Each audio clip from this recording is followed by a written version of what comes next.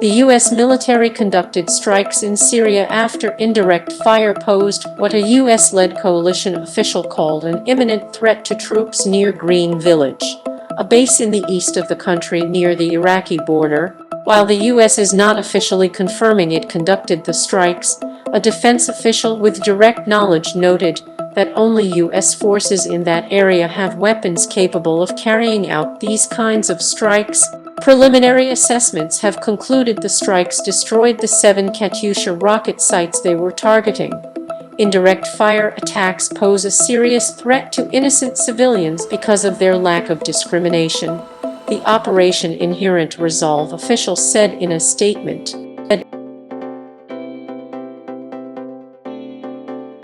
Operation Inherent Resolve is the U.S.-led coalition to counter ISIS in Syria and Iraq.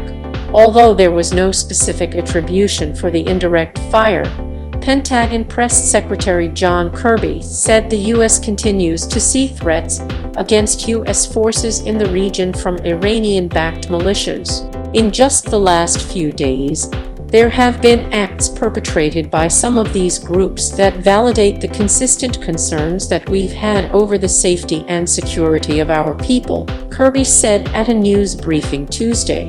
Earlier Tuesday, the U.S. shot down 2 drones as they approached Ain al-Assad air base in Iraq, according to the Iraqi Prime Minister's office. It is the same base targeted by Iranian missiles 2 years ago after the U.S. assassination of Islamic Revolutionary Guard Corps Gen Qasem Soleimani.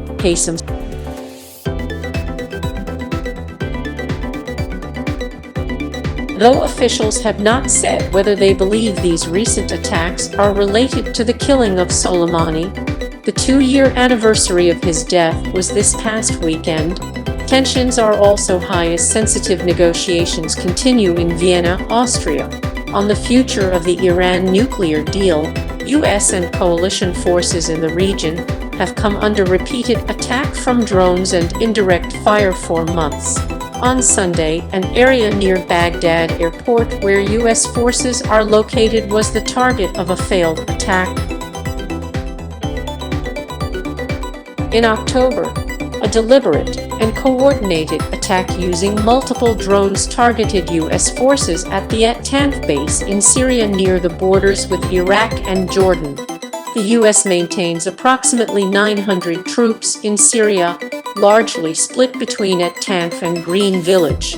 At the beginning of the year, U.S. forces operating in Iraq transitioned from a military role to an advise and assist mission, helping the Iraqi government in its effort to root out and eliminate the last remnants of ISIS. We don't stay at this new mission, with any illusions that our people are under any less threat by these militia groups, Kirby said. We are going to stay focused on that threat as we stay focused on the mission at hand and make sure that we are doing everything we can to protect our people.